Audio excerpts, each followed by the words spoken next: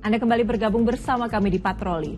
Daycare jadi pilihan menitipkan buah hati pasangan suami istri yang bekerja. Sayangnya, tindak kekerasan justru terjadi di beberapa daycare. Tidak hanya luka fisik, tindak kekerasan yang dialami anak juga menyebabkan trauma.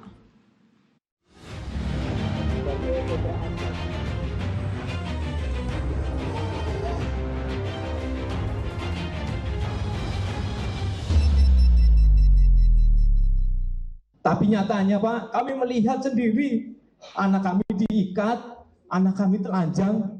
Kasus kekerasan di daycare atau tempat penitipan anak kembali mengemuka. Akhir April 2026, daycare bernama Little Aresya di Umbul Harjo, Yogyakarta menjadi sorotan publik. Dari 103 anak berumur rata-rata di bawah 2 tahun yang dititipkan, 53 anak diantaranya mendapat perlakuan tidak manusiawi. Di mana petugas kita memang melihat langsung bahwa anak tersebut diperlakukan tidak manusiawi. Kasusnya terbongkar dari pengakuan mantan pengasuh daycare Little Aresya. Ia resah dan tak tahan melihat anak-anak diperlakukan buruk, sehingga melaporkannya ke polisi dengan bukti rekaman video ponsel. Berbekal bukti dan laporan, polisi menggerebek daycare dan menangkap 30 orang, yang 13 diantaranya menjadi tersangka termasuk kepala yayasan dan pengasuh. Motif mencari keuntungan tanpa mempedulikan kenyamanan dan keselamatan anak jadi dalih para tersangka berbuat jahat. Daycare yang beroperasi lebih dari 1 tahun itu juga ternyata tak berizin. Masih di bulan April, kekerasan terhadap anak juga terjadi di daycare Babypreneur di Banda Aceh. Seorang pengasuh perempuan tertangkap CCTV menganiaya anak balita hingga menangis kencang dengan dalih korban tidak menuruti perintahnya. Dari hasil penyelidikan, kekerasan terhadap anak terjadi 2 kali pada 24 April dan 27 April 2026. 3 pengasuh daycare pun ditetapkan sebagai tersangka. Pemerintah Kota Banda Aceh mengambil langkah tegas dengan menutup permanen tempat penitipan anak yang beroperasi tanpa izin resmi itu. Datang kemari untuk kita melakukan penyegelan secara permanen karena memang sudah terbukti ada kesalahan-kesalahan setelah dilakukan penyelidikan. Komisi Perlindungan Anak Indonesia atau KPAI menilai kasus kekerasan anak di daycare merupakan fenomena gunung es.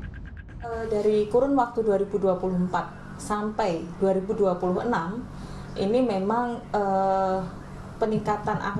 terjadi peningkatan kekerasan di daycare yang dilaporkan kepada KPAI, dan untuk jumlah anak yang menjadi korban pun itu juga meningkat.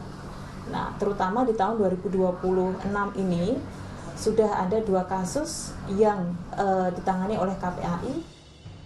Kekerasan anak di daycare dipengaruhi banyak hal. Di antaranya, belum adanya instansi pemerintah yang secara khusus mengelola izin serta pengawasan daycare jadi titik lemah. Agar ada satu regulasi dan satu atap, sehingga daycare itu mutlak di bawah siapa. Ya. Misalnya perizinan di bawah Kementerian Pendidikan, oke, lewat sana semuanya. Kemudian satu pintu. Kemudian nanti ada substansi yang masuk dari Kementerian Pemberdayaan Perempuan dan Perlindungan Anak misalnya, atau Kementerian Sosial, dan tinggal nanti dirapikan saja. Pemerintah melalui kolaborasi beberapa instansi berjanji memperbaiki dan memperkuat tata kelola daycare.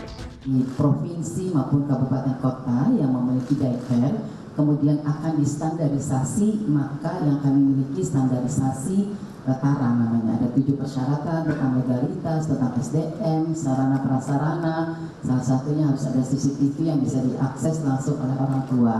Nah, selama ini sudah ada 70 daycare yang di bawah dampingan dari KPPA.